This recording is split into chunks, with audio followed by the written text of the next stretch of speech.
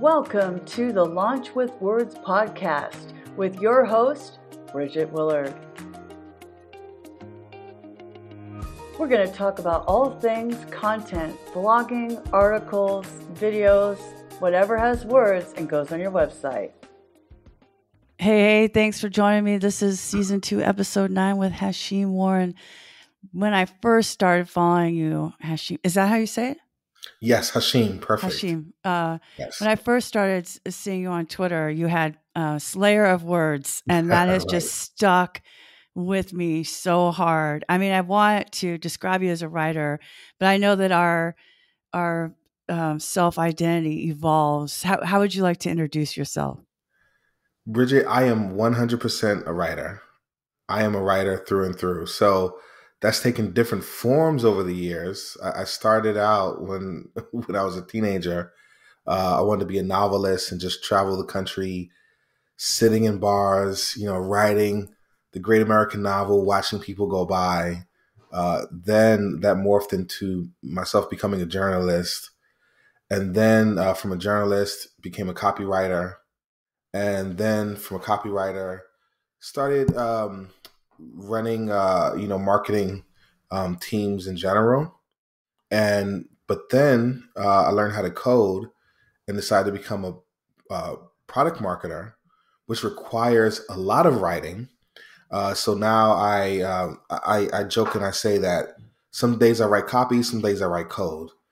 So my current job, I'm not writing code for the job, but our product is a developer product.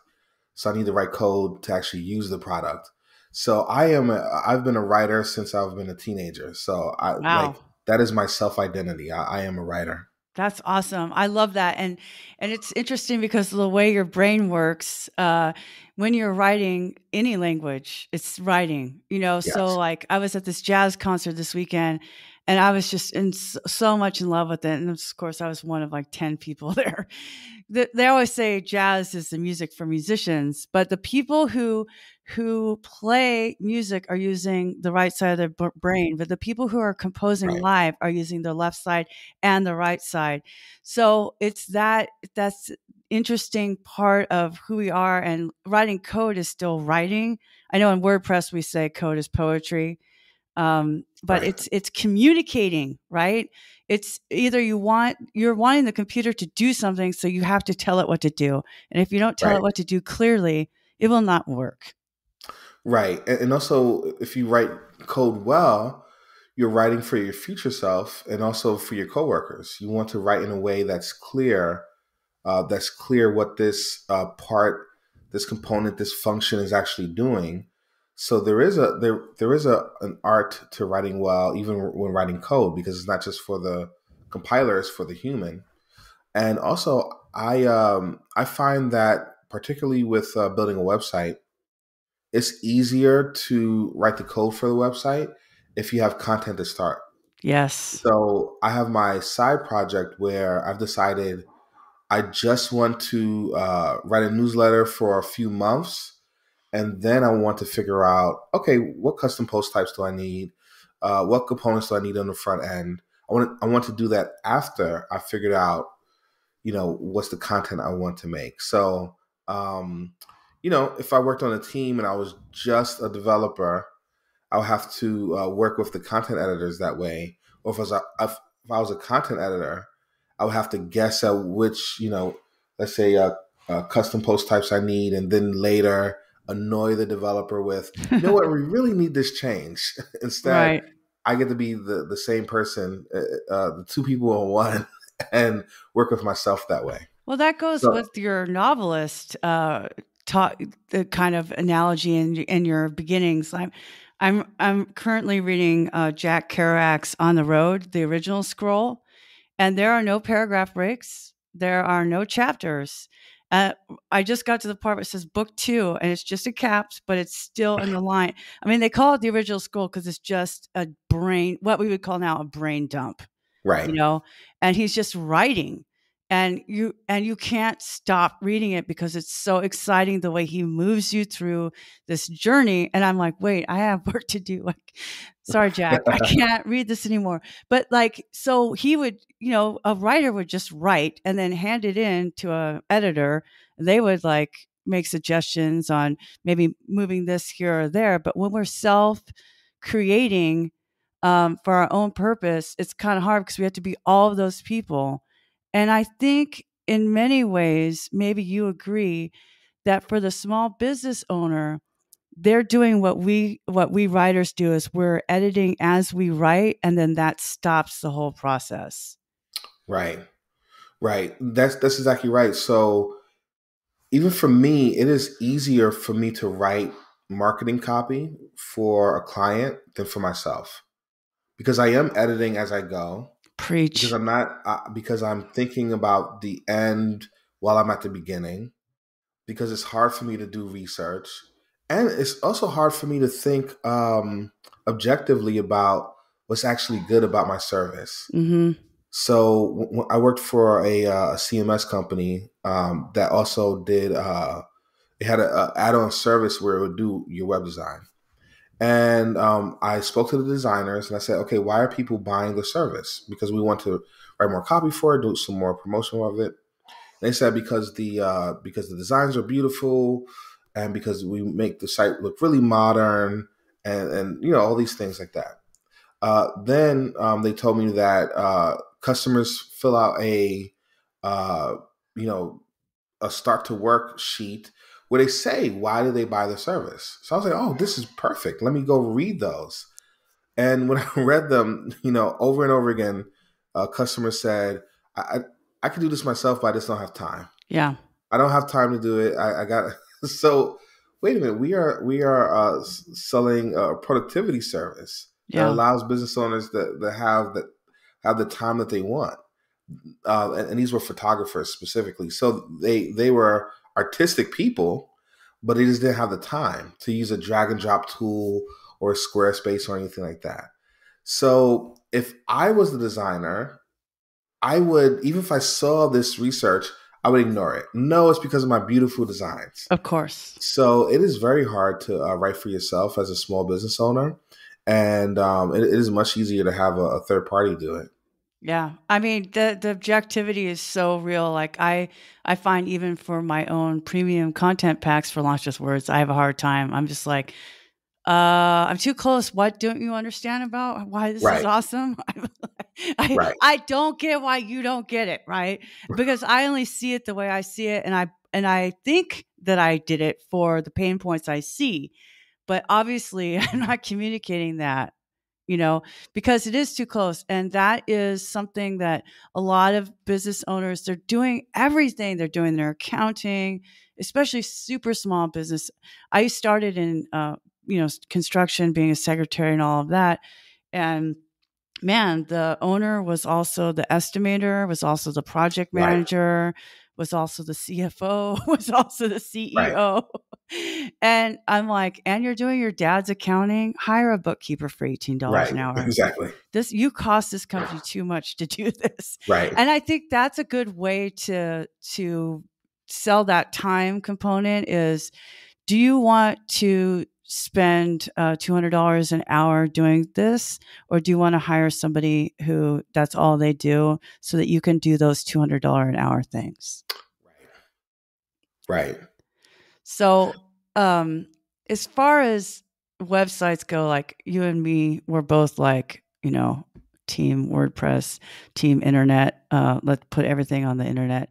Uh, what these small businesses that kind of like say, well, I have Instagram or I have Facebook. What's the compelling reason to be have to have your own website, to have your own domain name and your website, even if it's just WordPress.com? yeah. So I've grown in one way with some advice I give to small business owners in this, and I've had a huge shift another way. So the way that I've grown is understanding that not all of their business has to transact through the website. Right. So I used to oversell the website as a part of the sales process. Now I've grown and I'd say your website is your recommendation tool. Even when you have great word of mouth, that person who's receiving that referral is going to look you up online.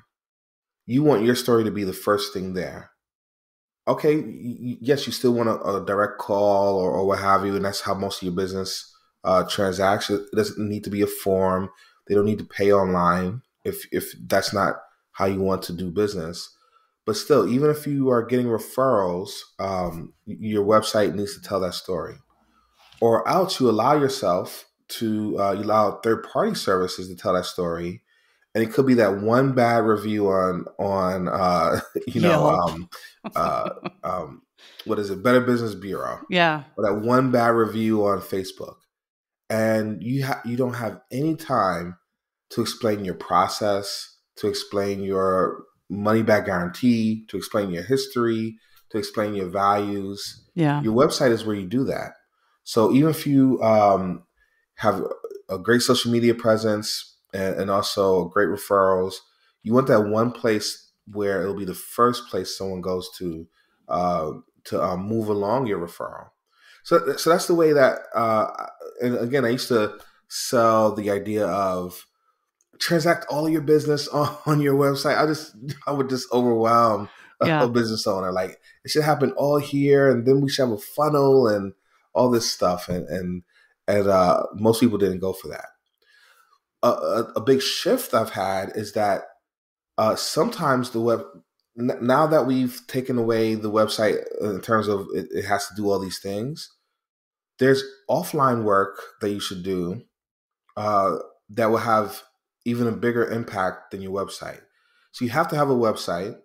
You just have to.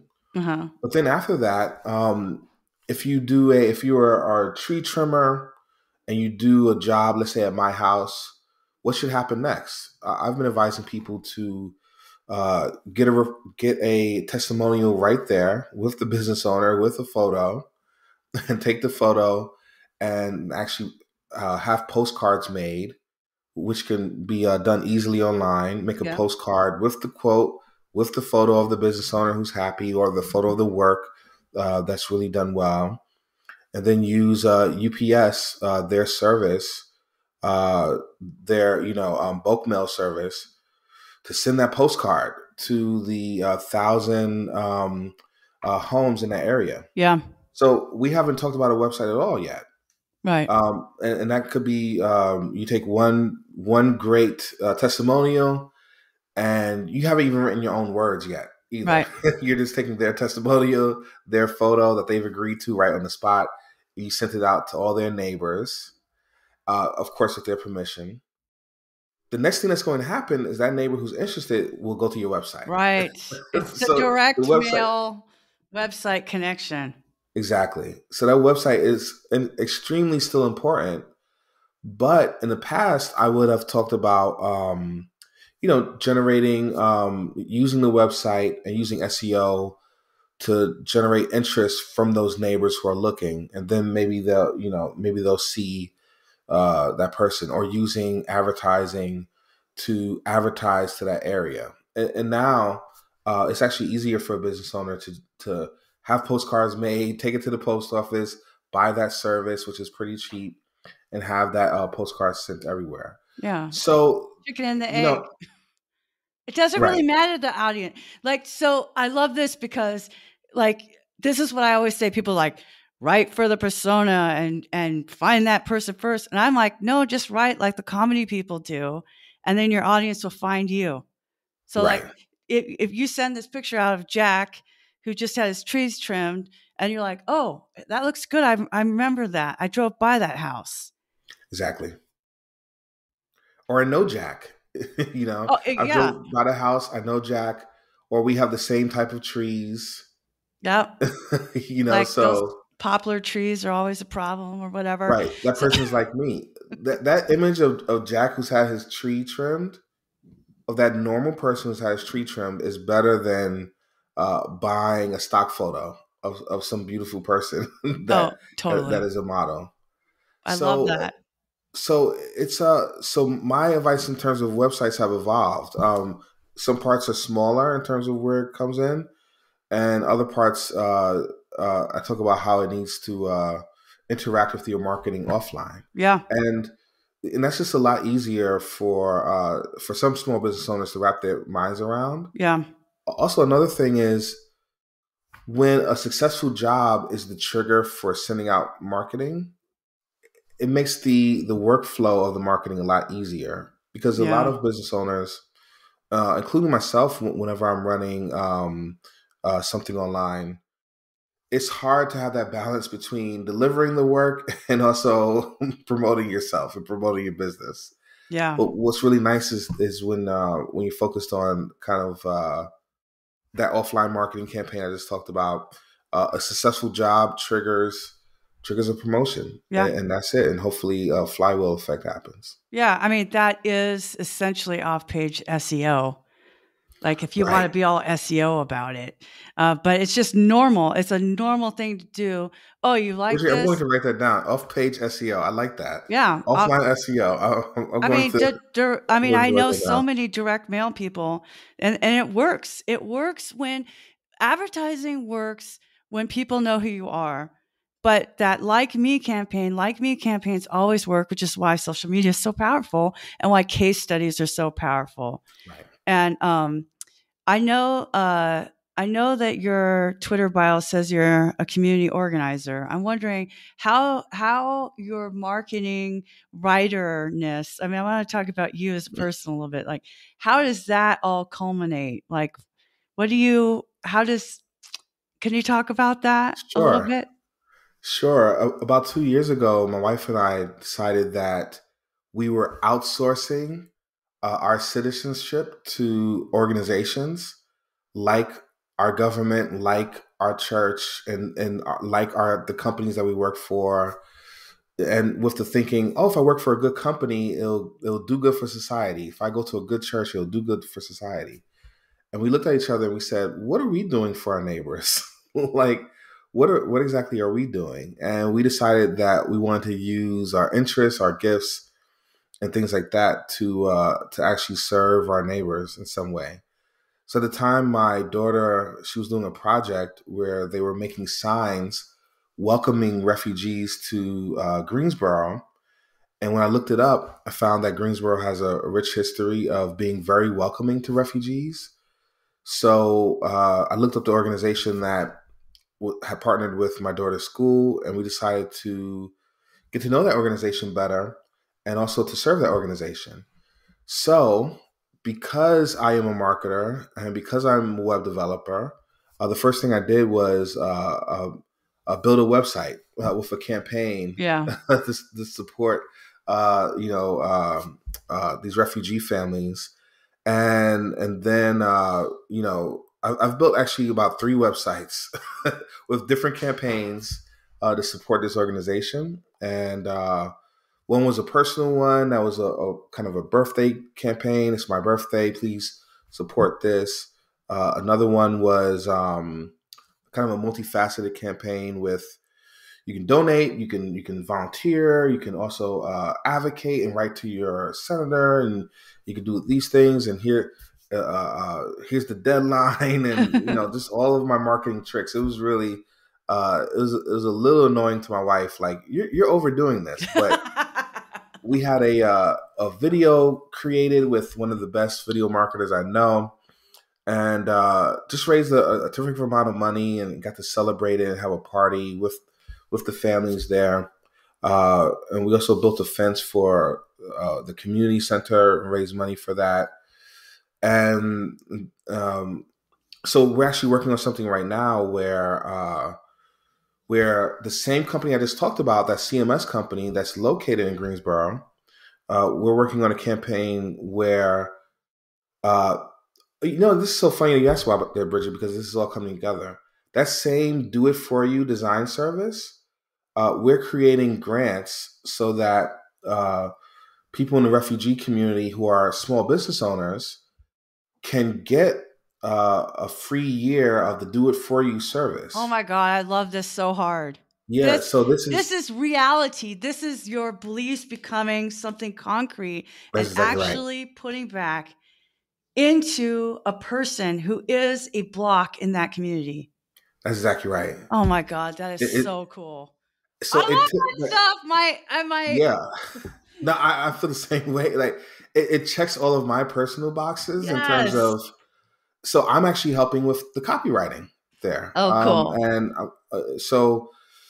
yeah, they get a year of the service. After a year, we're going to ask them to participate in helping someone else get the grant. But also, a fun fact is that uh, immigrants and refugees, they have a very high rate of starting their own business in their new home country.